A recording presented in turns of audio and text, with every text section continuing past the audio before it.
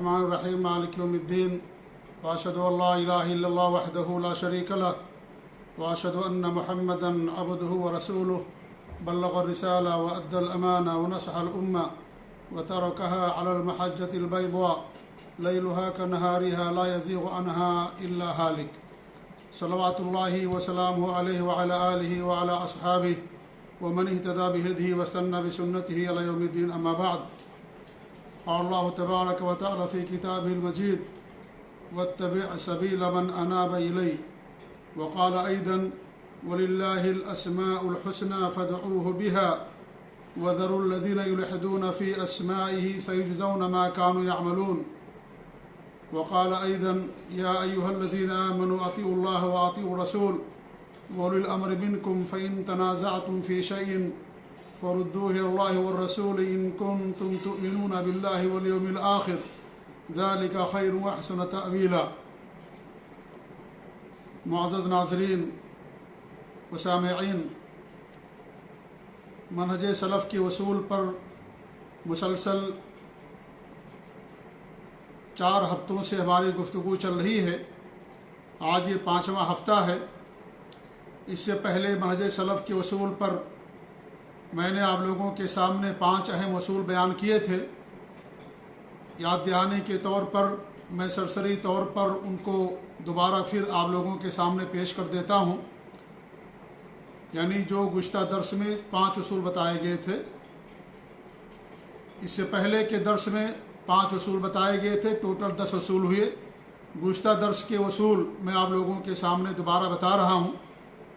6واں اصول تھا اختلاف کی صورت میں کتاب و سنت کی طرف مسئلے کو لوٹا دینا.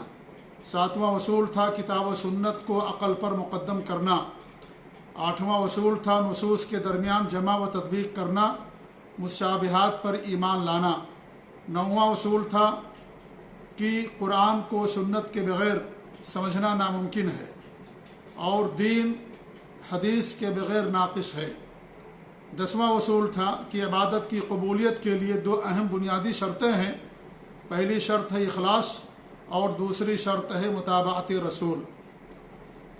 ان 5 اصولوں پر گزشتہ درس میں آپ کے سامنے گفتگو کی گئی تھی. انشاءاللہ آج کے درس میں کچھ اور اہم اصول ہم بیان کرنے کی کوشش کریں گے. اللہ تعالیٰ سے دعا ہے کہ اللہ رب العالمین ان اصولوں کو اور ان باتوں کو سننے کے بعد ہم سب کو عمل کرنے کی توفیق دے. اللہ رب العالمین ہم سب کو منہج سلف پر قائم رکھے، انہی کے عقیدے پر ہم سب کو قائم رکھے اور ہماری عبادات کو، نیکیوں کو اللہ تعالیٰ قبول فرمائے، اور جو ہم سے گناہ ہو جائے اللہ تعالیٰ ان سے درگزر فرمائے. آمین رب العالمین. اصول نمبر 11، اللہ رب العالمین کے بے شمار نام و صفات ہیں، ان سب پر ایمان لانا ہمارے لیے ضروری ہے.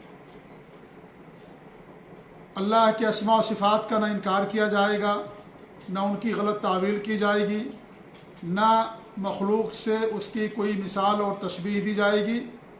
یہ سب اصول میں داخل ہیں. اور اللہ رب العالمین کے بے شمار نام ہیں. اللہ کے کتنے نام ہیں، کتنی صفات ہیں، کوئی نہیں جانتا ہے. جیسے اللہ تعالیٰ کی نعمتوں کو کوئی گن نہیں سکتا، ایسے اللہ رب العالمین کے نام و صفات کو کوئی گن نہیں سکتا. اللہ کے جو نام اور صفات ہیں ان سب کے معانی معلوم ہیں، لیکن حقیقت کا علم اللہ رب العالمین کے پاس ہے. ایسا نہیں کہ ان نام و صفات کے معنی کو ہم نہیں جانتے، معانی جانتے ہیں.